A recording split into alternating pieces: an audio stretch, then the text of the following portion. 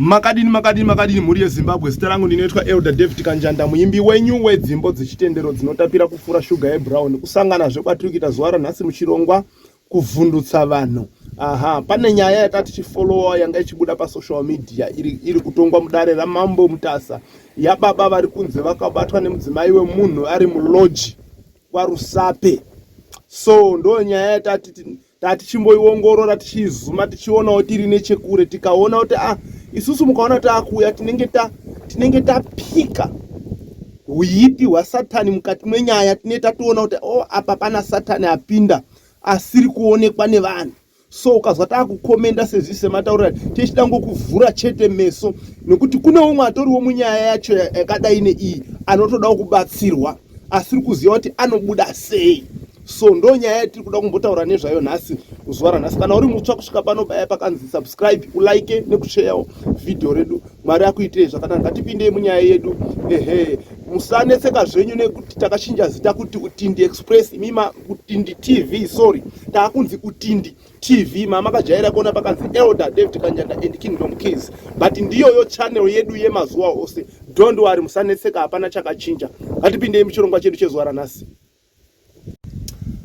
Chekutanga chandoda kuti muzive ndechekuti mai vaya vakangwara kwete zvemafanisi, vakangwarisa.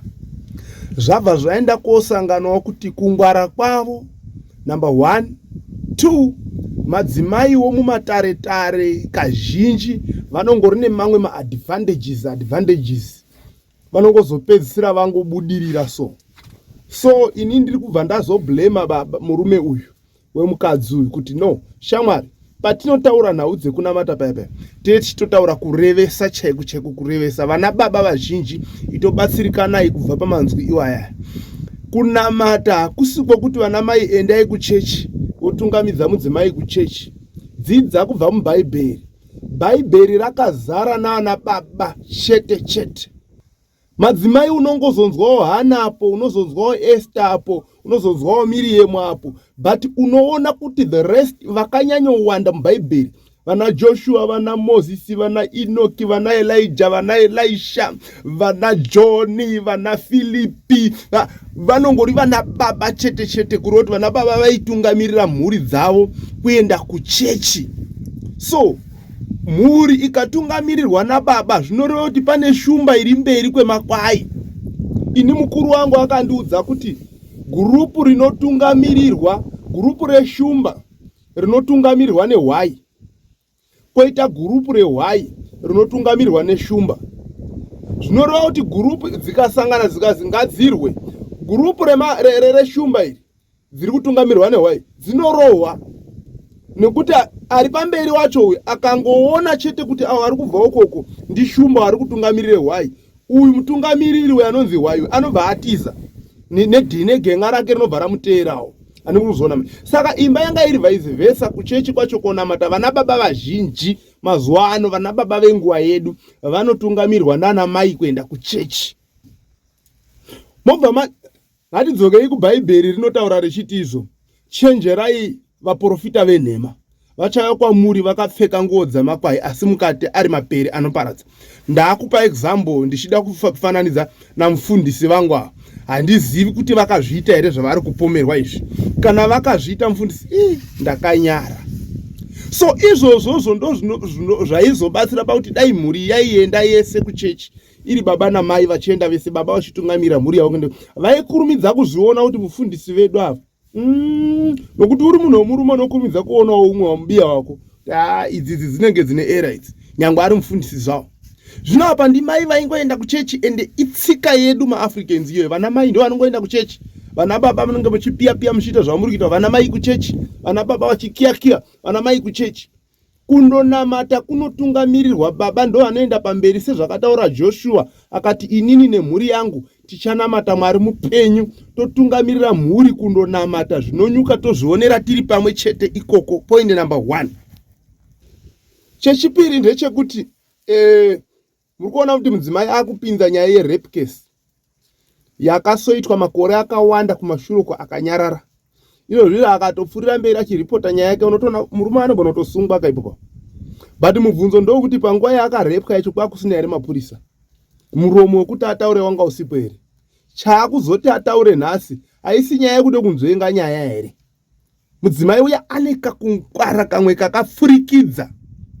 Ine ndinoona sekuti muchinda waifunga kuti ane mudzimai, haana mudzimai. Akatora muti wemusango ndo waaigara nawo paipa, hapana mudzimai paya. Uyewo ndiri kumublema futi iye mukomana akaitirwa mwana, DNA ikapruva kuti mwana uyu haasi wake, akaramba mudzimai. Ndobva andodzokorora zvemarutsi anga amborutsa kwakodzokorora futi. Aimbonyengerereiko? Bhaibheri chairo chairo ari kupi mhosva kana ukaramba munhu apomba, achisi chivi kuna Mwari. Ende zvakakosha kutoti ukaona wazviona wotobuda mazviri, because nyangwe dai asina kuzoita namufundisi sematauriro ake ari kuita kuti akazoura namufundisi, but unenge usisina inonzi peace of mind. Unenge uchingogara uchiti kuti right, kuti haanditambi futi iyaya akambonditamba iyaya, so zvazvitori right zvaanga akaita kungomusiya oenda. Aenda kudaro iye otanga zvimwe, kosei akazodzoka futi kwaari. Tarisai nhasi pezvari taakutonamata kuti dai Mwari amuwanire nyasha, anogona kutosiya asungiswa naye mudzimai uyu. Apa pasina kuchamira mushe. Ndo iya yakaembwa namasha munhu mumwe yaya kuti chaikuda kana chokuvenga chenjera ngozi ndio inonzi gonzo nachin'ai. Tarisaone nhasi zvatosorana. Panotoita makuva ipopo pakatwa zvekutamba makuva, majeri, chichichi. Satani anotofara, ende zvese zviri kukonzerwa naSatani izvozvizvi. Ndo saka tichitaura nawe nguva zhinji patinotaura dzekunamata idzi vanhu vanodzifuratira, havadzitori serious. Patinotaura dzekunamata tiri kutaura kutangira kuna Baba, ndimwe musoro. Izvozvi ndakauploada 2 mavideo apo akanzi kumwa doro chitadzo here kuna Mwari.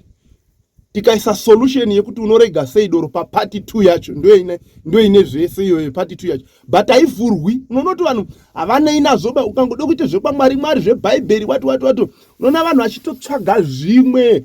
Asi ukanyora apa panapa pa YouTube ukati pane munhu amedza dombo, maiwe 5 million views. Kuda kutsvaga zvisina maturo ndo zvinotsvaga vanhu. Zvine maturo zvekwaMwari munhu ane inazvo. So tiri kutaura kuti vana baba kana tichitaura naye kunamata, tungamirai mhuri kondonamata. Imimi baba nemhuri yenyu mondonamata muripo muchiona zviri kuitika kuchechi ikoko. Nyaya isi pakuti ngatichirega kunamata kwacho nekuti kune vafundisi. Vafundisi vaprofita venhema vagara variko. Hatisi kuti vamuprofita venhema nekuti dare harisati rapruva izvozvo. But tati vagara vanotoriko vanodaro. So asi havasi vese vanodaro. So zvinobatsira kana muchienda mwese mukaona zvamaona mobatsirana semhuri, mochionesana muri pamwe chete. Hey, nyaya yacho inotozwisa tsitsi. Naiwedu we, unenge wati wauya wane nyaya yako kudare itongwe, wotoona yatopidigukira zveiwewe wacho. Apa iwe ndononga uchiti waparirwa mhosva. Indotenda kuti mitemo ingaigadziriswe.